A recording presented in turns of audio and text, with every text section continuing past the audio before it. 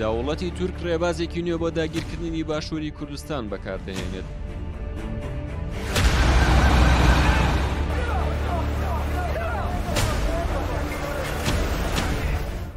هەوڵەکانی دەوڵەتی تورک بۆ داگیرکردنی باشووری کوردستان بە هەموو ڕێبازێک بەردەوامە. جارێک بە لەشکرکێشی و هێرشی ئاسمانی، جارێکیش بە سوتاندنی بازاڕەکانی باشووری کوردستان و لێدان لە ئابووری هاوڵاتیان، پاشانیش لە ڕێگەی کۆمپانیای بیناسازی و گەشەپێدانەوە بە یاسایی درێژە بەو داگیرکاریە دەدات. وەک خۆیانیش دەڵێن، هەولێر و کەرکووک و دوهۆک خاکی تورکەکانە و دەگەڕێینەوە بۆی.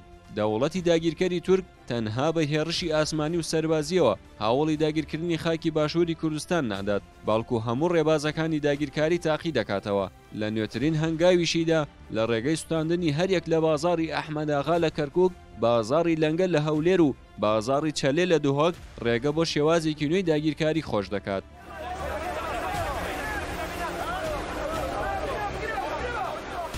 گروپێکی تونڕە و نەتەوەپەرستی تورک بە ناوی ڕێخستنی پەیمانی میلی کە سایتێکیان دامەزراندووە و سێ ڕاگەندراوێن بڵاو کردوتەوە لەبارەی هەریەک لە ئاگرەکانی بازاڕەکانی کەرکووک، هەولێر و دوهۆک. تێیدا بە پرسیارەتی خۆیان ڕاگەیاندووە و دەڵێن ئەو ناوچانە خاکی ئێمەیە، دەگەڕێینەوە و ئاڵای تورکیا لەو ناوچانە هەڵدەکەین. ئەمە لە کاتێکدایە لە 21 کانونی دووەمی ئەم ساڵ ئاگر لە بازاڕی ئەحمەداغا لە کەرکووک کەوتەوە و بە هۆشیەوە زیانێکی زۆر بەر خاوەندوکانەکانی بازاڕەکە کەوتەوە. هەر ڕۆژێک دوای کەوتنەوەی ئاگرەکە ئەو گروپە نەتەوەپەرستە ڕاگەیەندراوێکیان بڵاو کردەوە و بەرپرسیارەتی خۆیان لە ڕووداوەکە ڕاگەیان.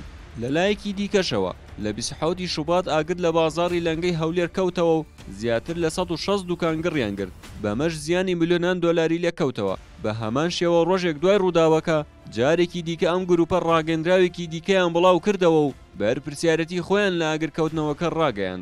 هەر لە یەکی ئەم مانگە ئاگر لە بازاڕی چەلەی ناوەندی شاری دووهۆک کەوتەوە و زیاتر لە 100 دوکانی هاوڵاتیان سوتا، بە هۆشیەوە بە بەهای ملیۆنان دۆلار زیان بەر هاوڵاتیان کەوت. هەردوای ئاگرکەوتنەوەکە گروپی ڕێخستنی پەیمانی میلی لە ڕاگەیەندراوێکدا بەرپرسیارەتی خۆی لە ڕووداوەکە ڕاگەیاند.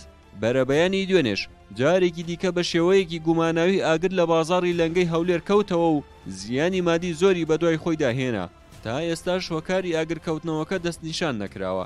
ئایا ڕووداوەکە سروشتیە یان هۆکارێکی دیکەی لە پشتەوە بووە؟ واتە هەرسێ بازاڕەکە لەلایەن ئەو گروپە نەتەوەپەرستەی تورکەوە گڕیان تێبەردراوە. وەک لە هەرسێ ڕاگەیەندراوەکەشیاندا دەڵێن سنوورەکانی پەیمانی نیشتیمانی وەردەگرینەوە کە مەبەستیان لە زیندووکردنەوەی میساقی میلی دەوڵەتی عوسمانیە. هەر کەسێک بەیعەتمان پێنەدات کۆتاییەکی خەمناکی دەبێت. هەر لە ڕاگەیەندراوەکانیاندا ئاماژە بەوە دەکەن وەزارەتی پێشمەرگە دەبێت هەڵوەشێتەوە و ببنە بەشێک لە سوپاکەمان. وێرای ئەو ڕاگەیەندراوە سەرانی پەدەکە بەردەوامن لە هاوکاریکردنی ئەو گروپانە و هەموو توانایەکی پێشمەرگە دەخەنە خزمەتیانەوە بۆ ئەوەی هێرش بکەنە سەر گەریلاکانی ئازادی و پارێزەری گەل و خاک. پیلانی ئەم جارەی دەوڵەتی تورکەوەیە سەرەتا و بازاڕانە دەسووتێنێت، دواتر لە ڕێگەی کۆمپانیا بیناسازیەکانیان و بە ناوی گەشەپێدانەوە ناوەڕاستی ئەو شارانە داگیر دەکەن و وردە وردە پەل بۆ ناوچەکانی دیکەش دەبن.